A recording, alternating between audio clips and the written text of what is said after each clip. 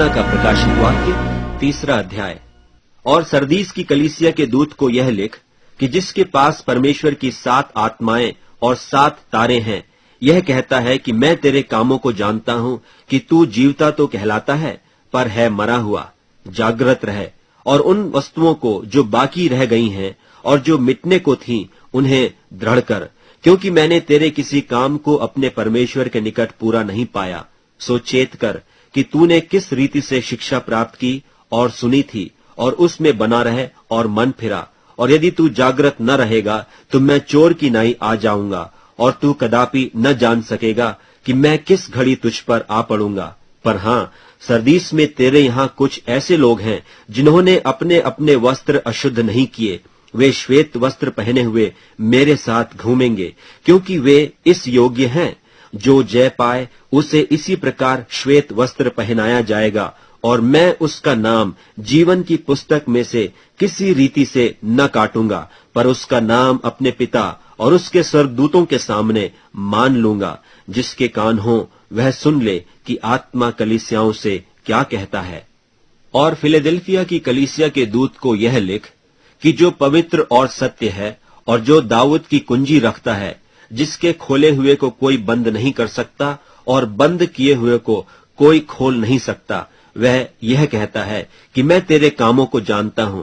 देख, मैंने तेरे सामने एक द्वार खोल रखा है जिसे कोई बंद नहीं कर सकता, कि तेरी सामर्थ थोड़ी सी है, और तूने मेरे वचन का पालन किया है और मेरे नाम का इनकार नहीं किया।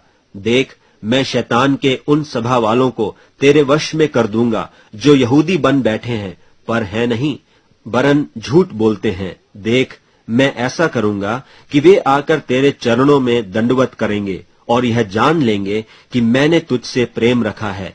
तूने मेरे धीरज के वचन को थामा है, इसलिए मैं भी तुझे परीक्षा के उस समय बचा रखूंगा जो पृथ्वी पर रहने वालों के परखने के लिए सारे संसार पर आने वाला है। मैं शीघ्र ही आने वाला हूँ। जो कुछ तेरे पास है उसे थामे रह, कि कोई तेरा मुकुट छीन न ले। जो जय पाए उसे मैं अपने परमेश्वर के मंदिर में एक खंबा बनाऊंगा, और वह फिर कभी बाहर न निकालेगा।